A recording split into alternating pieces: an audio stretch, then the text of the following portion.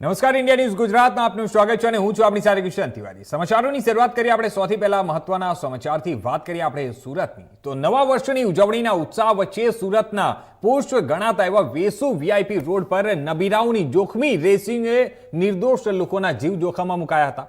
મોંઘીદાટ luxury કારો લઈને નીકળેલા બે નબીરાઓએ પૂરપાટ ઝડપે રેસ લગાવતા એક ભયાનક અકસ્માત સર્જ્યો હતો।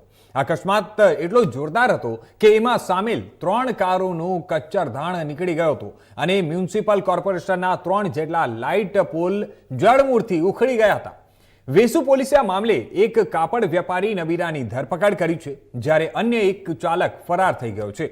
1 જાન્યુઆરી 2026ની રાત્રે દારૂ પીને 150 કિલોમીટરથી વધુની સ્પીડ ઝડપે ત્યાં મહિન્દ્રાની ઇલેક્ટ્રિક B6 કાર હંકારી રહેલા કાપડ વેપારી મંથન પટેલ અને BMW ચલાવી રહેલા ઝલક નામના યુવાનને નિર્દોષ પરિવારની સ્વિફ્ટ કારનો કચ્ચરધાણ કાઢી નાખ્યો હતો।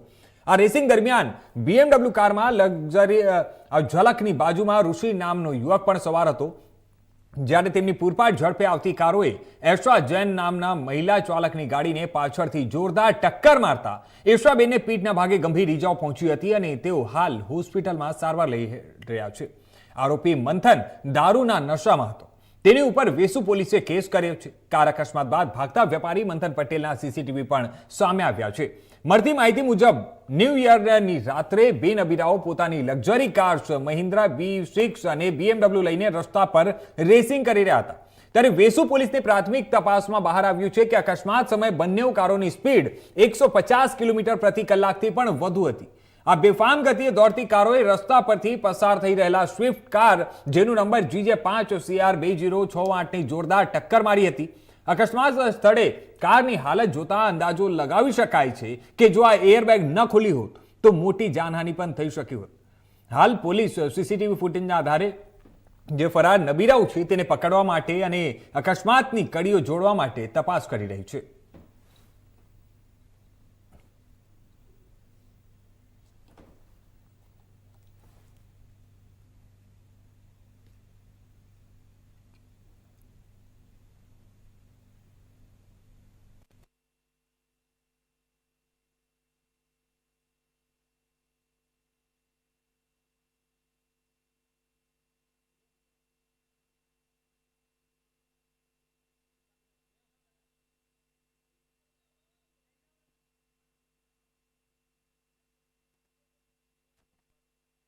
કરવા માટે અમારી સાથે જોડાઈ ગયા છે અમારા સંવાદદાતા રવિ વેંડે સુરતથી। જો રવિ, આપણે વાત કરીએ તો આ જે નબીરાઓ છે, નબીરાઓ ઘણીવાર આપણે જોતા આવ્યા છીએ કે ગુજરાતમાં ઘણા બધા અલગ અલગ જગ્યાઓ પર, અને ખાસ કરીને જ્યારે 31st આપણે કહી શકાય, જ્યારે 2025 વિદાય લઈ રહી હતી, 2026નો શરૂઆત થઈ રહ્યો હતો, ત્યારે આ પ્રકારે એક તો સુરતમાં દારૂ પીને જે નબીરાઓ ગાડી ચલાવી રહ્યા હતા, પૂરપાટ ઝડપે ગાડી એ લોકો હંકારી રહ્યા હતા અને અકસ્માત સર્જાયો હતો। તો સૌથી પહેલા એમાં અત્યાર સુધી શું માહિતીઓ સામે આવી છે, જે ઈજાગ્રસ્ત થયા છે તે કેટલા લોકો ઈજાગ્રસ્ત થયા છે, સૌથી પહેલા આપ એ માહિતી આપો।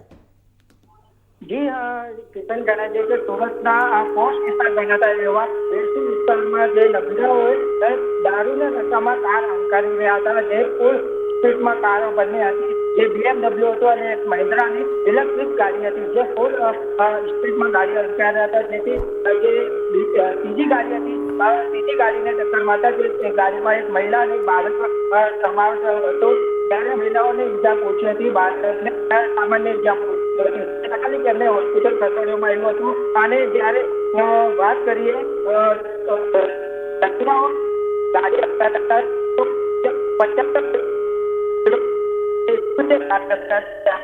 અને ત્યાં નબીરાઓ દ્વારા એક નબીરા હાલતમાં જોવા મળતું,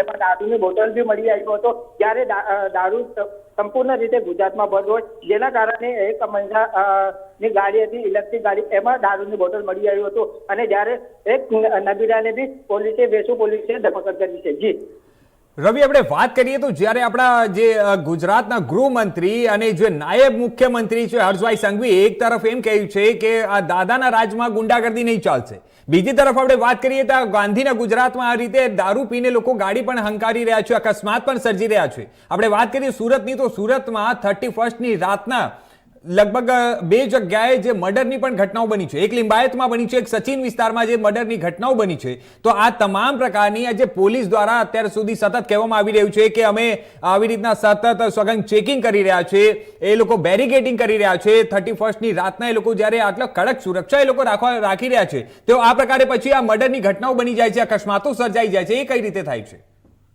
જી કિશન, આપણે જણાવી દઈએ કે પોલીસ કોમ્પ્લેક્સ સંપૂર્ણ રીતે એક પોલીસ સાવરામાં સુરત શહેરને ઘેરી લીધું હતું. જ્યારે એક તરફ આપણે મર્ડરની વાત કરીએ, સુરતના સચિન હોય કે લિંબાયત હોય, આવા અસામાજિક તત્વો જ્યારે બેફામ બનતા હોય ત્યારે પોલીસનો કોઈ ડર જ ન હોય એવું લાગી રહ્યું હતું.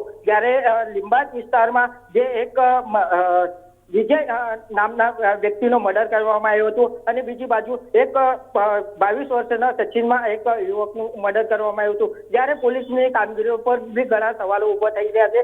જ્યારે આ અકસ્માતની વાત કરીએ, વેસુ વિસ્તારમાં જે નબીરાઓ છે સંપૂર્ણ ફૂલ સ્પીડે ગાડી હંકાર્યા હતા અને જે એક મહિન્દ્રા ગાડી હતી એમાં દારૂની બોટલ સાથે પાછી મનાઈને એ ડુમ્મસથી પાછા ફરી રહ્યા હતા. જ્યારે ફૂલ સ્પીડ 175 કિલોમીટરની સ્પીડે લોકો ગાડી રેસિંગ લગાવ્યું હોય એવું અનુમાન આપણે લગાવી શકીએ. જ્યારે સીસીટીવીમાં સંપૂર્ણ માહિતી જોવા મળી, સીસીટીવીના માધ્યમથી જોવા મળી રહ્યો છે ગાડી કેટલી સ્પીડે હતા અને જે એક ત્રીજી ગાડી હતી, ત્રીજી ગાડીને આ લોકોએ ટક્કર મારતા જ બંને ગાડીઓ ને નુકસાન બી પહોંચ્યું હતું અને જે ત્રીજી ગાડીમાં મહિલા અને બાળક હતું એને સારવાર માટે હોસ્પિટલ બી ખસેડવામાં આવ્યું હતું. જ્યારે વાતની ચર્ચા બી એવું થઈ રહ્યું છે, જે મહિન્દ્રા ગાડી હતી, મહિન્દ્રા ગાડીમાં એક વિદેશી વ્યક્તિ બી હોવાનું બહાર આવી રહ્યું છે. જ્યારે સંપૂર્ણ રીતે આ પોલીસે તપાસ કરી રહ્યા છે.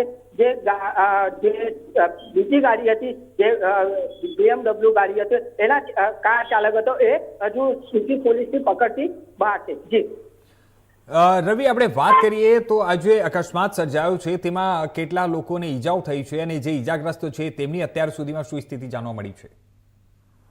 જે અકસ્માત થયો હતો, અકસ્માતમાં જે ત્રીજી ગાડી હતી, ત્રીજી ગાડીમાં જે મહિલા અને બાળકને સામાન્ય ઈજા પહોંચી હતી એમને તાત્કાલિક ખાનગી હોસ્પિટલમાં ખસેડવામાં આવ્યું હતું અને જ્યારે મહિલાઓ હતો એમને ફ્રેક્ચર થવાનું પ્રાથમિક માહિતી મળી રહી છે. જ્યારે જે બાળક હતું એ સુરક્ષિત હતું અને એમાં જે કાર ચાલક હતો એ સુરક્ષિત હતા, પણ જે બીજી કાર ચાલક હતા એ હજુ પોલીસ પકડથી બહાર છે અને જે મહિન્દ્રા ગાડીના કાર ચાલક હતા એ નશાની હાલતમાં હતો, એટલે એને તાત્કાલિક પોલીસ દ્વારા એની ધરપકડ કરવામાં આવી છે. જી ધન્યવાદ રહ્યો અમારી સાથે જોડવા માટે અને આ તમામ માહિતી અમને આપવા માટે.